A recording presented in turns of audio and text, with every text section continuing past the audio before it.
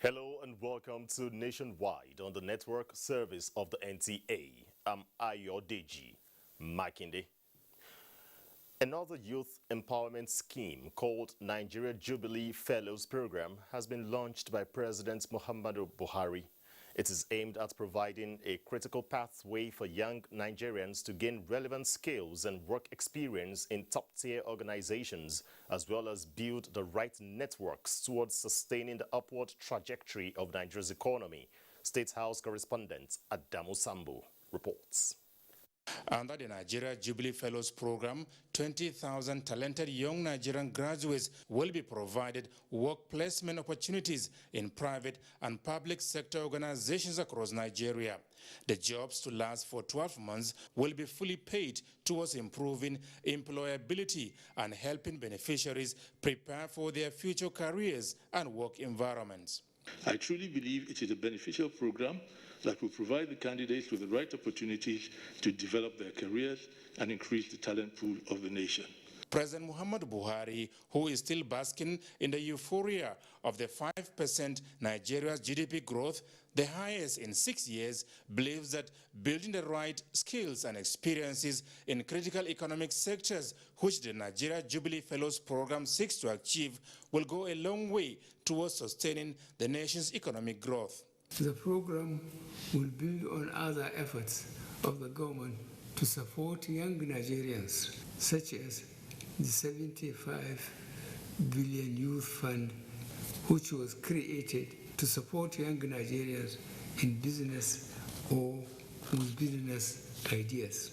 The Nigerian Jubilee Fellow Program, being a fully paid post-NYSC work placement program for Nigerians, will provide an opportunity for mentors who are already engaged in various industries and have gained relevant experience and build capacity over the years to provide mentorship and support for the young Nigerians that will be on the program. The program, he said, could not have come at a better time than now, when global economies have been battered by the COVID-19 pandemic, with loss of jobs and opportunities being one of its significant impacts. We believe that as this program creates new opportunities for 20,000 recent graduates annually, the beneficiaries will maximize the opportunities presented to them and maximize their 12 months of engagement on the program. I will encourage all eligible Nigerians to apply for this program. I also urge private sector organizations in Nigeria to join us on this program to provide work placement opportunities, mentors, and funding to support the program. During the launch, messages of goodwill were presented by representatives of the United Nations Development Programme, European Union, and the United Nations Resident Coordinator. Nigerian youths are known globally as pace setters, not only as they're highly skilled and educated, but also as innovative entrepreneurs. I look forward to seeing this inspiring young talent of this country leverage this program to enhance their competency and contribute to the growth and development of Nigeria. We stand ready to assist Nigerians, keeping the young as an asset, not turning them into a liability. The Nigeria Jubilee Fellows Program, a vital initiative by the federal government, is supported by UNDP and the European Union. From the State House, Adamu Sambu, NTA News.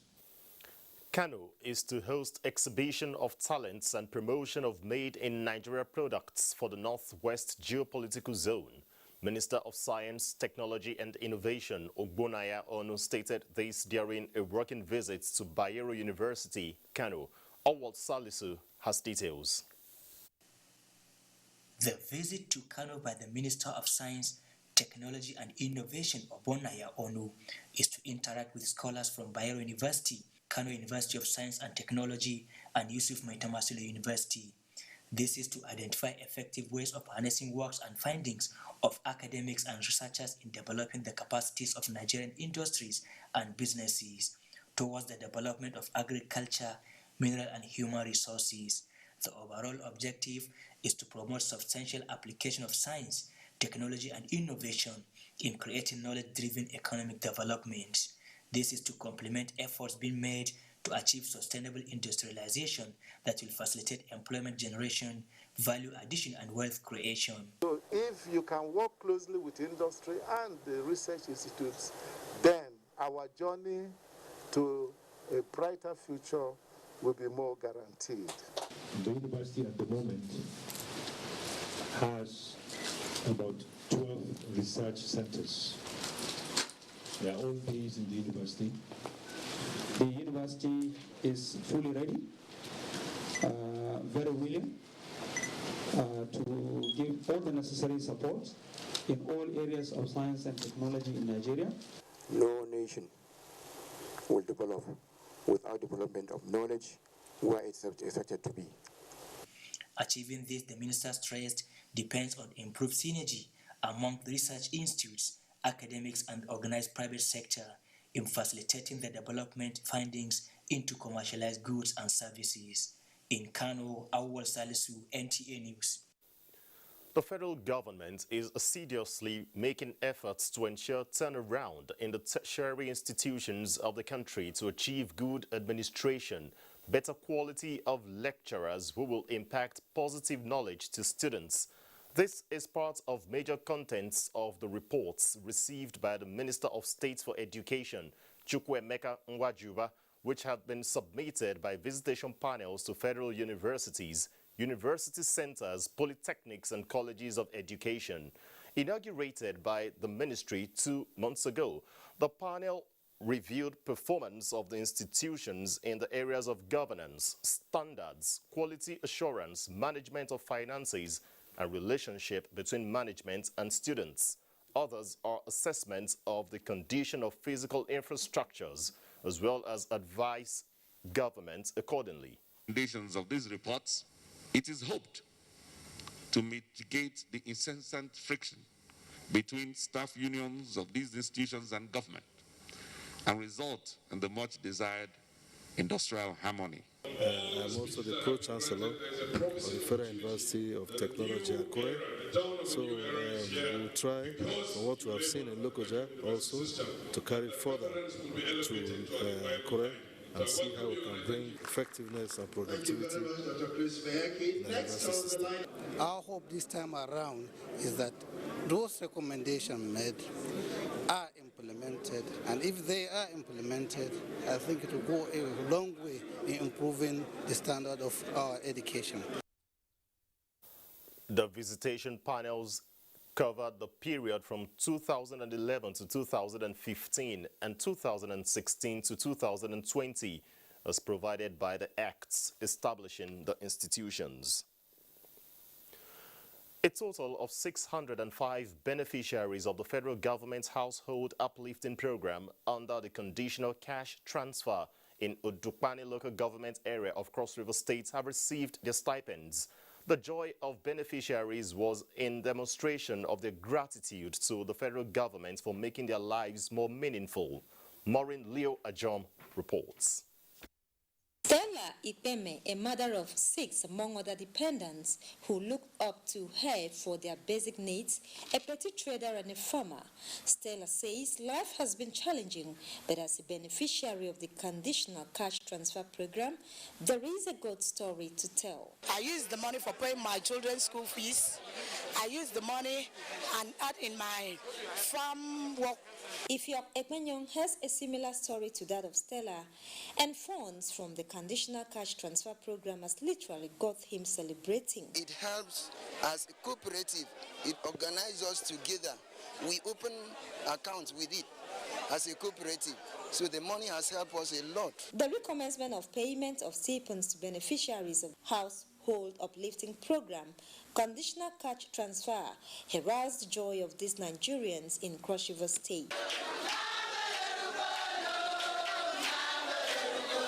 Poorest of the poor are the ones that are supposed to benefit from this program, and so it needs to help their livelihoods, to help them improve in whatever they are doing. The selection of the beneficiaries was done by SOKU, and they adopt what they call the World Bank process known as community-based targeting, whereby it is the beneficiaries themselves, without knowing the intention of the government, that select themselves. Facilitators of the program disclosed that a total of 20,344 beneficiaries from poor and vulnerable households across the 18 local government areas of Cross River State are to benefit from the program. Maureen Leo Ajom, NTA News. Commercialization of research findings is one of federal government's new strategies towards making innovation a key contributor to the nation's economy. Minister of Science, Technology and Innovation Ogbonnaya Onu stated this when he visited Governor Abdullahi Umar Ganduje in Kano. Abdullahi Mustafa has details. Dr. Ogbonnaya Onu has been a good friend of Kano people and in the last 3 decades a regular visitor to the state for personal and political engagements. He this time around came to convey a good news to the government and people of the state. The Buhari administration's decision to increase the capacity of industries as well as create more job opportunities for citizens through commercialization of research findings.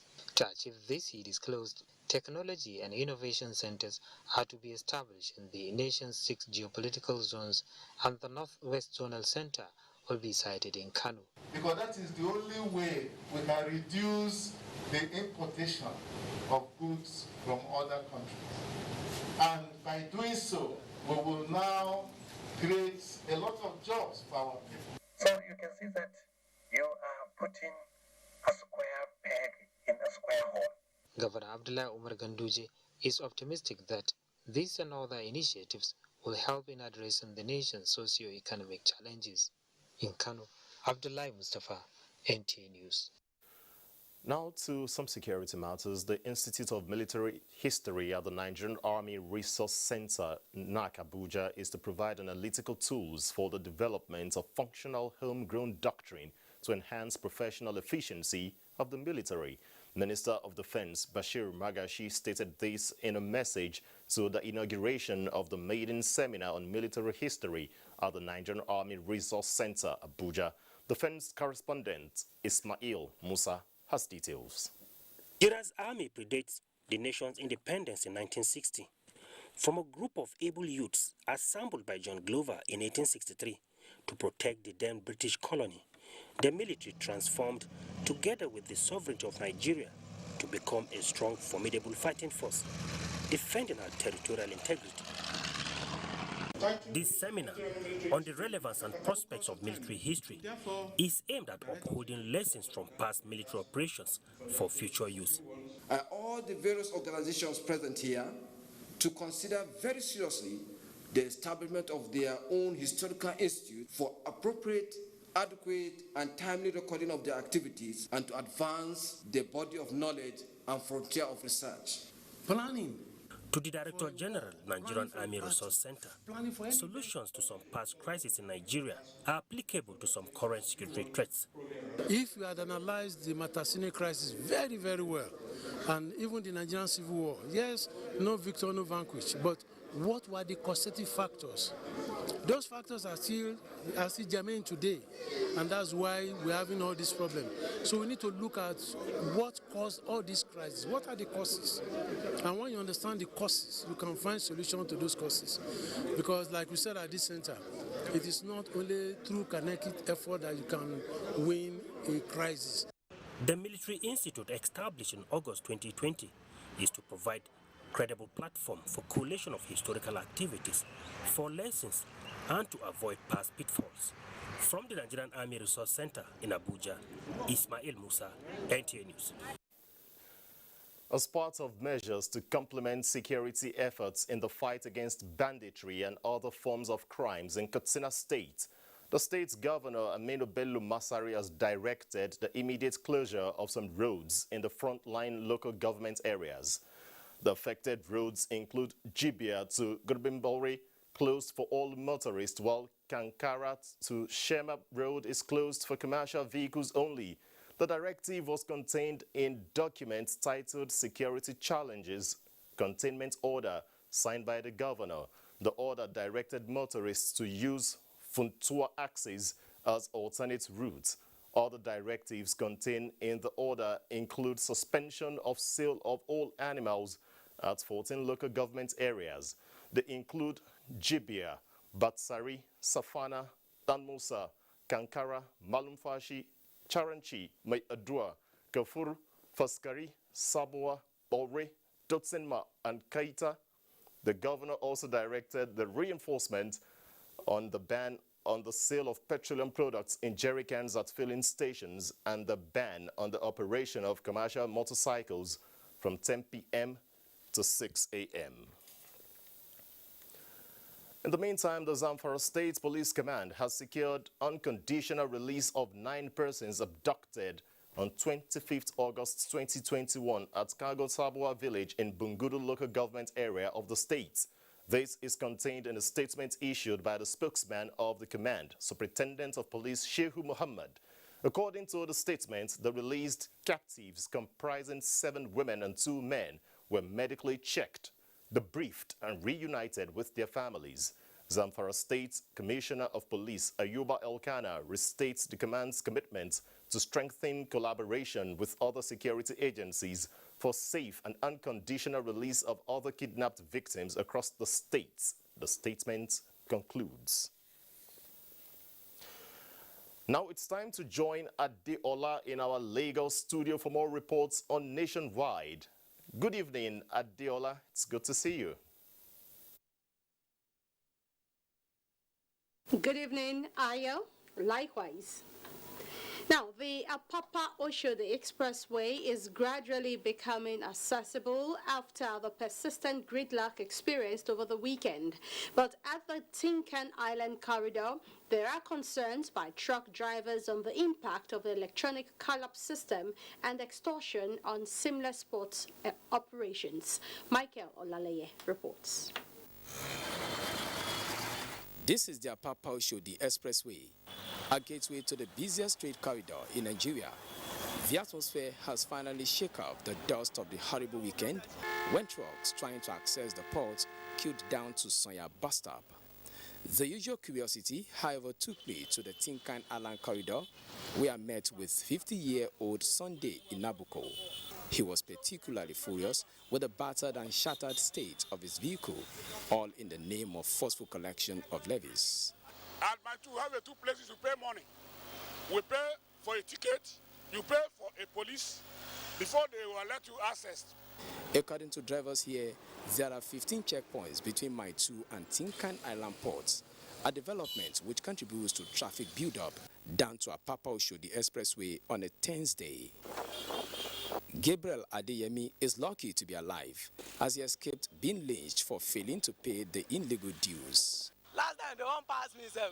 Then they shook me like say I don't get people for house. Then shook me and then they told me to like say we don't pay and we don't pay them. Truck drivers like Ezekiel John blamed the MOB park arrangement under the electronic call-up system for the gridlock along the axis. When they build the system that you go to MOB, that's why it causes all this jam pack. And if you go to MOB, they will say your TDO is not ready, your ETO is not ready. While refashioning the electronic call-up system for efficiency, port operators have repeatedly stressed that illegal checkpoints will be dismantled.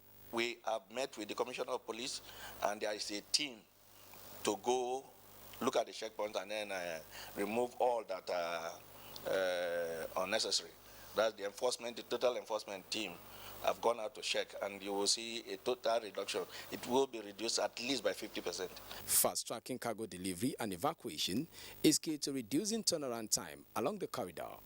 In Lagos, Michael Olaleye, NTA News. Cancer is one of the leading causes of death globally. Prostate cancer has claimed many lives, and recent research reveals that it is on the increase. Early detection is important in the fight against the health condition.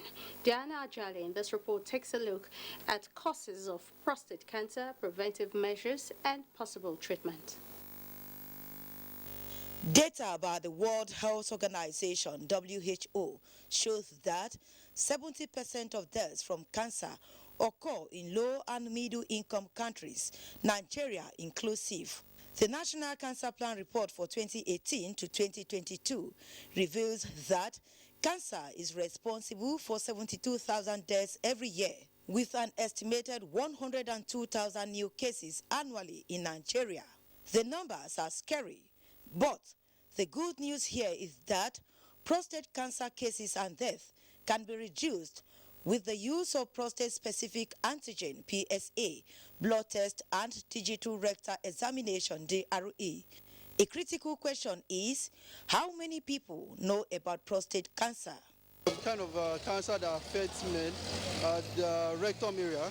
The government should be able to do awareness for people to know about that prostate cancer. How often do they go for screening? Recently, I have not done. I have not done.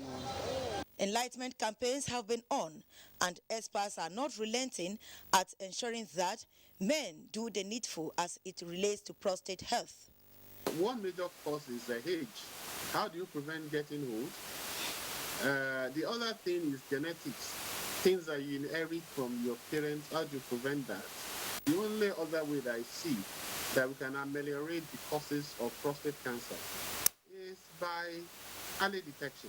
Experts say prostate cancer is one of the common types of cancers, so regular medical checkup is important as early detection is key to saving lives. In Lagos, Diana Ajale, NTA News.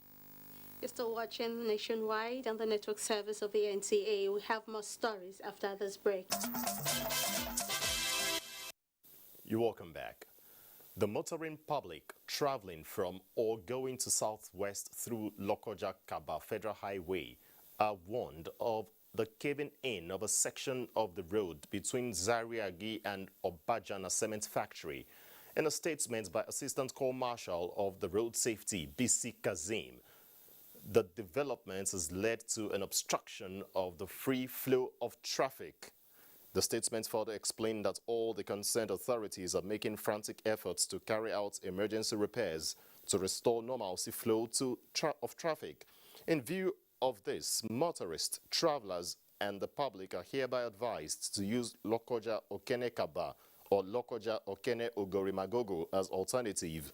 The Federal Road Safety Corps calls for maximum cooperation of the motoring public on this development.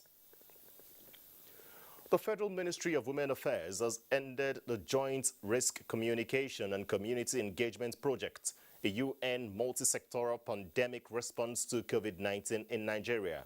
Ngozi Silva Technical reports that 11,500 rural women from 10 states benefited from the project. May God continue blessing them. We are grateful for this gesture from the Minister of Women Affairs. Their own way of saying thanks to a lifeline, recognizing the socio-economic impact of COVID-19 in widening the gender inequality gap, with women mostly at the receiving end due to loss of jobs. Domestic violence necessitated the collaborative venture of UN Women, UNAIDS, NACA, and the Ministry of Women Affairs. The project focuses on creating awareness on the spread of COVID-19, capacity building, and empowerment of vulnerable women in 10 selected states with high prevalence of the pandemic. I wish to appreciate members of the Project Steering Committee, who serve as the governing body of the project, and for providing direction, guidance, and leadership for the effective implementation of the project. This project was an attempt to influence behavior change and also also to provide cash in the form of palliatives to cushion the socioeconomic impact of COVID-19. It's been impactful, and many of them have started small businesses with them. Marking the end of the project, which started in April 2020, having been extended twice to allow for total coverage and ensure maximum benefit for poor women in Akwa Ibom, Borno, Bauchi, Edo, Ebonyi, Delta, Lagos, Gombe, Sokoto, and the FCT. The 11,500 households received a palliative of 30,000 naira each to this effect. Ngozi Silva, Technical, NTA News. It's time now to link up with Lanre in our Ibadan Network Center for trending stories. Hello, Lanre.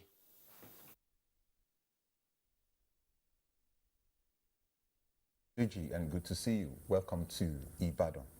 Over 20,000 Oyo State indigenes are benefited at the recommencement of payments of stipends to beneficiaries of the federal government household uplifting program, conditional cash transfer. Omokende Ibari reports that the program cuts across the 33 local government areas in the state.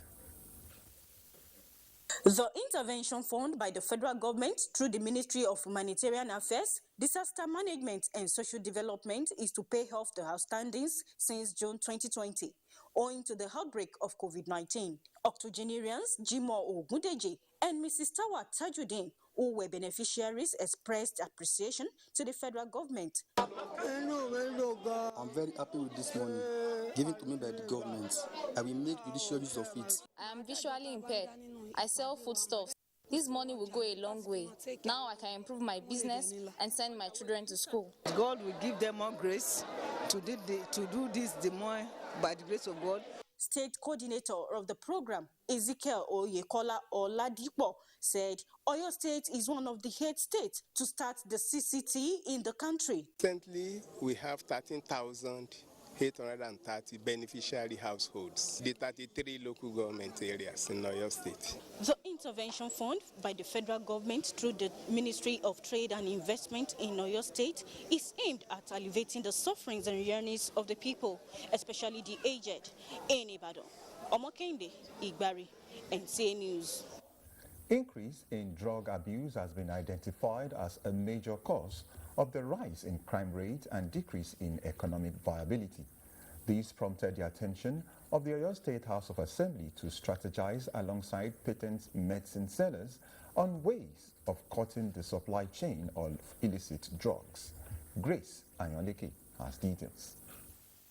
The burden of drugs and substance abuse is fast becoming endemic in Nigeria and emerging as a public health problem of serious concern, despite various laws and regulations by government at all levels to curb the menace. To nip this in the bud, the leadership of the Oyo State House of Assembly met with patent storekeepers and other stakeholders to find a lasting solution to these unwholesome developments in the society.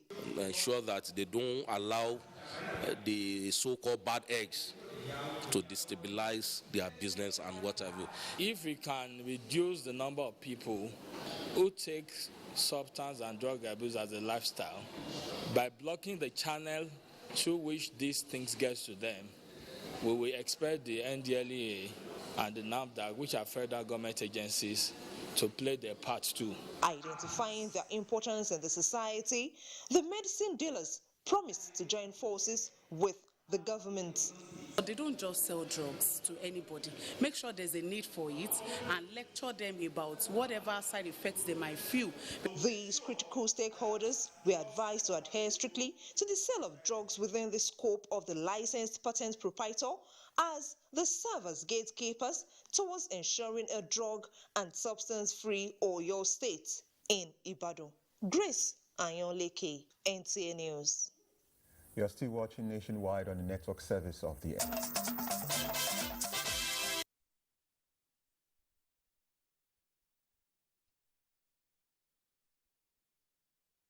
Thanks for staying tuned and a warm welcome to Kaduna. Ahead of council elections in Kaduna State, representatives of 10 political parties have signed a peace accord for a peaceful conduct of the exercise. Haruna Muhammad reports that this is in addition to other measures being taken to guarantee hitch-free polls scheduled for Saturday. The report.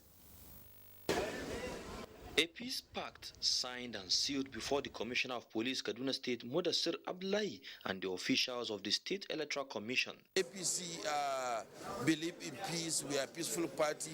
We are in support of anything that will bring peace before, during, and after the election. What the peace accord contains is what is really in the constitution of the party, in the constitution of our party, is in the constitution of Nigeria, and we are all abide by it. The State Police Command has in addition deployed 11,000 personnel to the 23 local government areas for the safety of voters and electoral materials. Na ja musu kunne kuma na gaya musu duk wanda aka kama da cewa ya sa hannu ga makudin zabe to kuka da kai.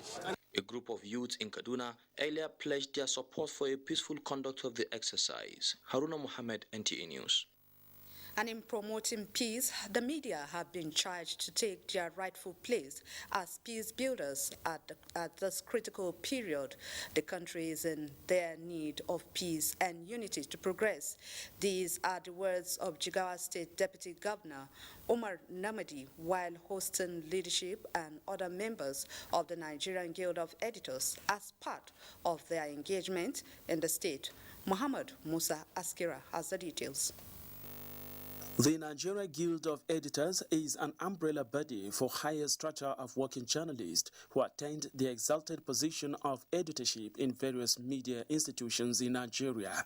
The senior journalists are to go around the state to see for themselves the giant strides made by the Jigawa state government in the last 6 years of the present administration. The focus areas of their assessment will include education, health, agriculture and empowerment. The acting governor, Umar Namadi, who took time to brief the visiting journalist, said Jigawa has recorded tremendous achievements in the assessment target area. I want to tell you that the one village, one project of this administration has been successfully achieved. You can hardly go to a village in Jigawa State where you cannot point out at least one project, either executed by the state government or executed as a project by a member of State House of Assembly or executed by the chairman of the local government. The team leader earlier assured the acting governor of extensive coverage of the achievements recorded so far in the state. For them to have the confidence to say that, okay, we are going to go around the 3 senatorial districts shows that the government is spread development across the state. The team will visit the entire 3 senatorial zones of Jigawa State. Muhammad Musa Askira, NTA News. That is it from here. More reports with Ayo in Abuja. Thanks, Salama, to our Kaduna Network Center. And reports just reaching us says President Muhammadu Buhari has expressed Nigeria's formal appreciation to the outgoing Tunisian ambassador to Nigeria, Jalil Trabelsi, for what he calls the deep love shown for the country during his tour of duty. This was when the envoy paid him a farewell visit. State House correspondent Adamu Sambo has the reports. Before his tour of duty as Tunisian ambassador to Nigeria lasting 5 years, Ambassador Jalil Trabelsi worked in the country as an officer for 5 years. President Muhammadu Buhari thanked the envoy for his genuine love for Nigeria and Nigerians. He assured him that he can count on Nigeria's goodwill for himself, his family, and indeed his country. As the president puts it during the closed-door engagement, "You have identified with us so much, and I wish you a successful tour wherever you are posted to next." The outgoing ambassador had told the president that he insisted on waiting till he had an audience with him before leaving so that he could personally express gratitude to a man he admired and to a people he loved. He explained that he has enjoyed every bit of the 10-year period he spent in Nigeria. The envoy said Nigeria and Tunisia have excellent relations dating back in history. The beneficial relations, he said, has been further strengthened in the past 5 years, during which many agreements were signed. While expressing gratitude for the support extended to him, Ambassador Jalil Trabelsi maintains that Tunisia will always support and promote Nigeria. From the State House, Adamu Sambo, NTA News. In a related development, Nigeria's ambassador to Japan, Husseini Abubakar Moriki, has presented letter of credence to the Emperor of Japan. While presenting the letter, the Nigerian ambassador promised to sustain the existing peaceful and cordial relationship between both countries.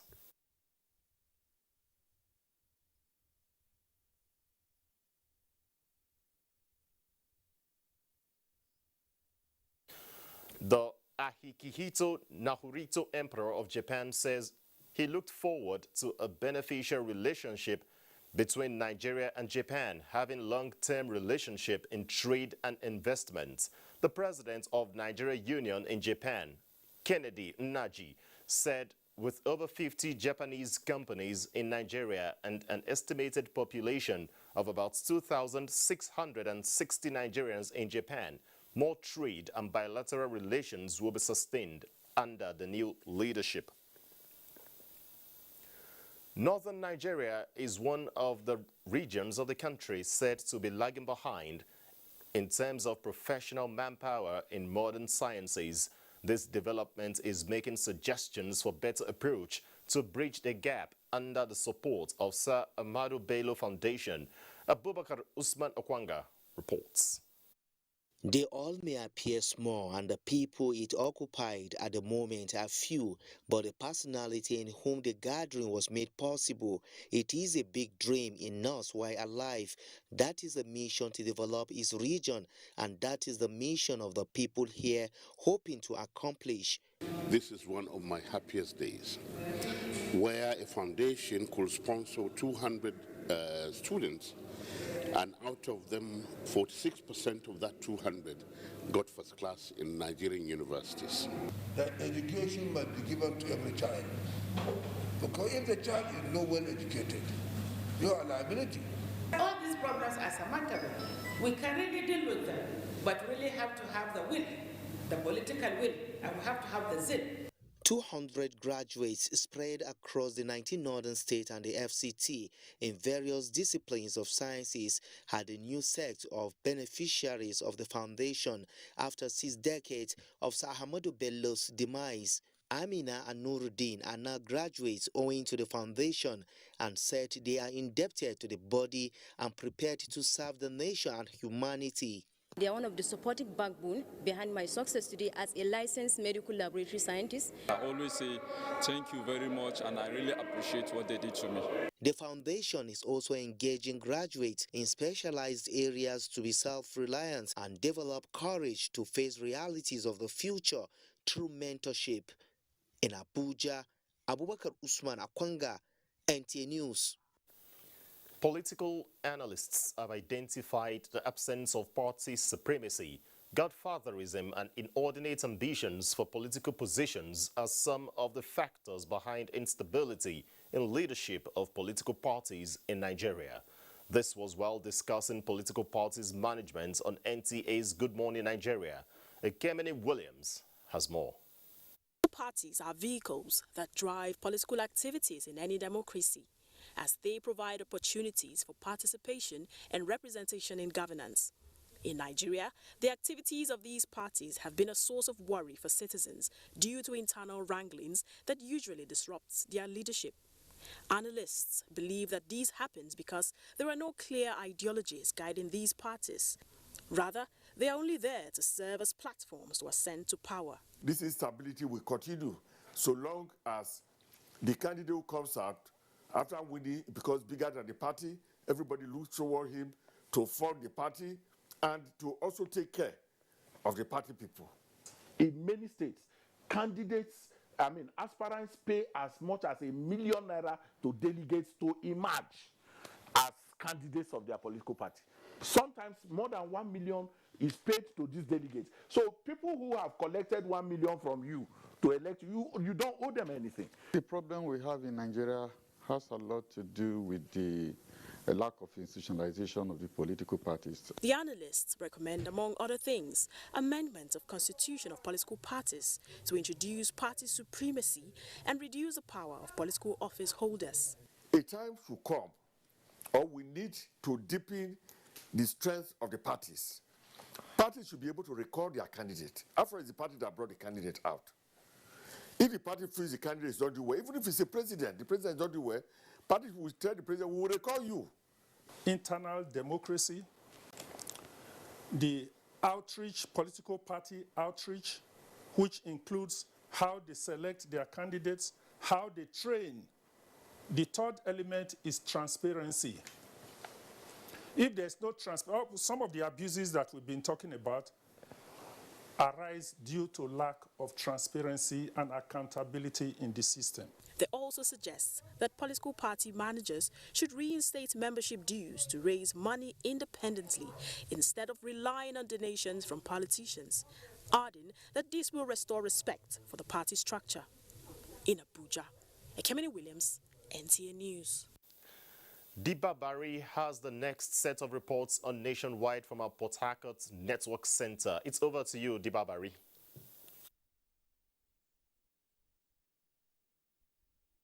Thank you, Ayodeji, and welcome to Port Harcourt. River State Governor Nyesom Wike has reiterated that every project embarked upon by his administration will be completed within the stipulated time. Ogedinyek reports that the governor stated this shortly after inspecting some ongoing projects in the state. It is typical of Governor Wike to always inspect ongoing projects in the state. This is to ensure that the contractors do not only work in accordance with the project specification and also address some issues that may be hindering the speedy actualization of the jobs. We have told the ministry to let the valuer come around within the next 1 week to value some of the properties still remaining, which is obstructing the road construction. But I can say everyone is pretty happy with the quality of job being done. Everything must not be body. People think that you have the whole body in this world before you be able to finish project. No, it is a matter of prudent management. It's a matter of you prioritizing what you think you need now and then what you think you need tomorrow. You cannot carry everything at the same time. On his drive for project execution, Governor Wike says commitment is key. That way, human face can be introduced into governance, ensuring that the mandate of the people is not taken for granted. The governor assured that his administration will not abandon any project he started to avoid his successor leveraging on such problem not to deliver good governance to the people. The projects inspected are the Rume-Prekon flyover bridge, the GRA Junction flyover, the Romola and Oluorowoluko flyovers, as well as the Momibi and Tumbia extension routes. In Port Harcourt, Ogedinyekwe, NTA News. The visit of French ambassador to Nigeria to Governor Ben Ayade about 1 year ago is yielding fruits as a consortium of companies from that country are now in the state to embark on a waste-to-energy project. Paul Eber reports that the team was at Government House, Calabar, to speak further on the essence of their mission. Nigeria generates millions of tons of waste every day, and from the tonnage, Cross River State generates 3,000 tons per day. With the right technology, waste can be converted to a potential money spinner and source of energy. This is the reason for the visit of these experts to the state in what has been described by stakeholders as a life-saving intervention mission with a feasibility study towards a sustainable solution for the disposal of waste and treatment for energy generation. We would need to do a proper feasibility study to find out what solution would be best and also what solution would be economically viable. It's not just about technical, it's also commercial. We have to build a partnership model to demonstrate the commercial viability of the project. So that's why the 6 months is not just technical. Beyond the Francophone countries, France has humanity at the core of its foreign diplomatic policy. And so Nigeria, being Anglophone, is benefiting from the French government's support. I want to say that the people of Cross River State want you to particularly note that we are grateful that an English-speaking country is receiving this strong aid. The feasibility feasibility study is expected to last for 6 months, which will form the technical and financial basis for the project to be funded by the French government.